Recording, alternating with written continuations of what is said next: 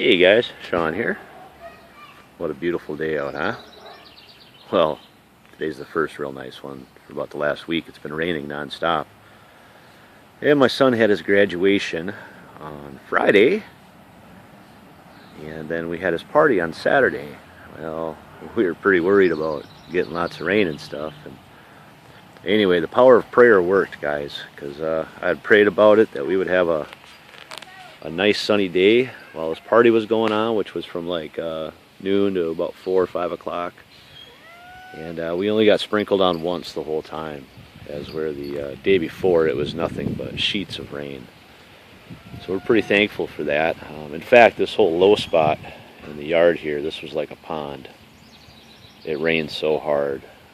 But because of that rain, one of my tents here, my canopies, I've had this thing for, oh gosh, 20 years. You know, when I was selling fireworks and just doing all kinds of, well, not even 20 years, gosh, probably 10 years, I'm sorry. But what happens, you know, with these tops is, you know, they get used, they stretch a little bit from the weather, blah, blah, blah. But rain had collected down in here. In a matter of about 2 minutes, there was probably about 10 gallons of water that had soaked in here. And it was pulling down and pulling down and pulling down. Well, what it did was it bent this arm right here, folded it right in. Now, I straightened it out the best I could, but you can see part of the dent there, how it crimped the rectangular tubing. Well, you know, these tents are expensive.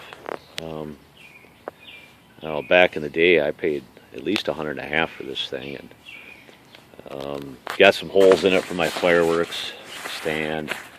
Patched that up with some of that Gorilla tape.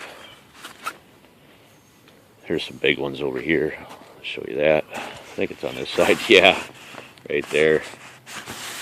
But I guess that's what happens when you demo fireworks too close to your stand. So anyway, I needed to fix this. Because, well, why not? No point throwing it away if you can fix it. So how I did it was I pulled the factory bolt out, screw out, machine screw. I got a piece of aluminum flat here. This is 1/8 inch thick. Cut it a couple inches long, yeah, about 2.5 inches long. Drilled a hole. Put a nylon lock nut on the back, fender washer. And then down here, popped a hole through it and put a number 6 machine bolt in it with a fender washer on the back and a nut.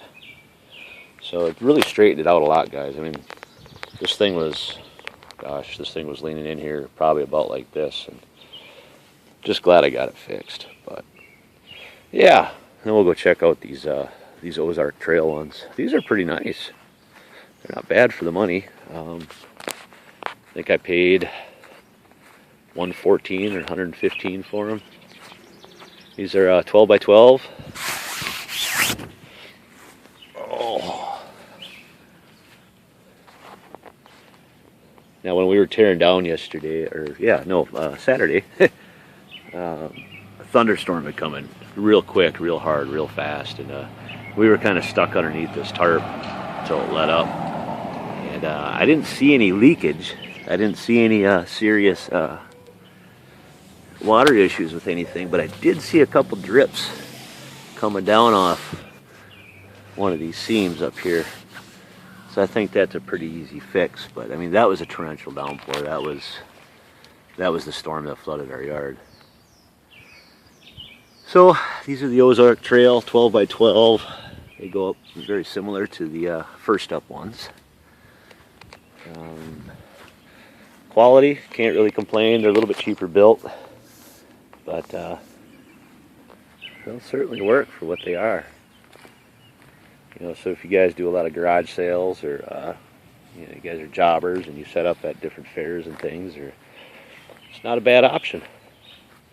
Of course, there's better options, but if you're cheap like me, you gotta buy the best you can afford and just take care of it. So. Alright guys, I'm going to let you go. We got to finish cleaning up here, put the coolers away and blah, blah, blah. So, all right, take care, guys. Talk to you later.